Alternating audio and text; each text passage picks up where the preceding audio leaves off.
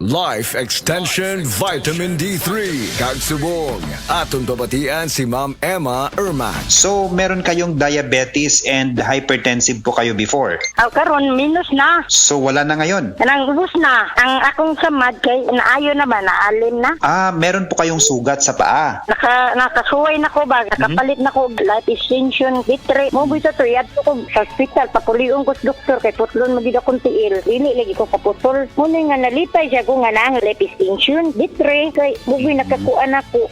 Pag December, tik naman New Year. Daghan kay nang hatag na ko diri mga makaon, kay dili na ko ka New Year ba, dili na ko kaabot sa 24. Okay kay dang life extension, sir. Sumpayan na itong kinabuhi. Life Extension Vitamin D3 for longer life.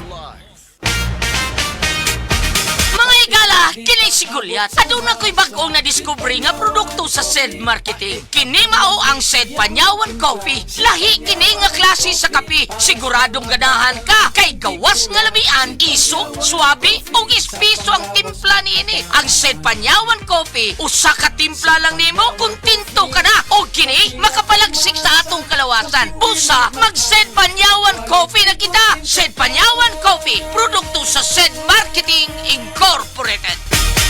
Taas ba ang imo blood sugar? Ato na ka may diabetes? Mag-DTX 500 ka! Ang DTX 500 ato na kini anti-diabetic properties sama sa Charantine nga kapamubo sa glucose, Vicin controls blood sugar, ug polypeptide nga parehong epekto sa insulin. DTX 500 ay recommended sa mga eksperto.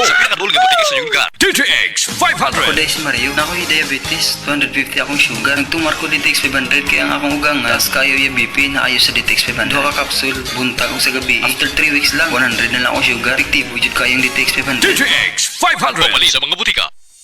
JL Dialmed Dialysis Center na ay upat ka branches in the province of Cebu. Naata sa Dalaget, Moalboal, Carcar City ug Santa Fe Bantayan. JL Dialmed Dialysis Center now accepting dialysis patients. Easy pasasalamat na ay libreng 20 kilos nga bugas kada buwan. Matag pasyente nga makapil sa promo. Libre ang iposino, laboratory, dialyzer, IV iron, no cash out atong mga dialysis patient. Tawag na sa 0961-091-2938 or sa FB page JL Dialmed Dialysis.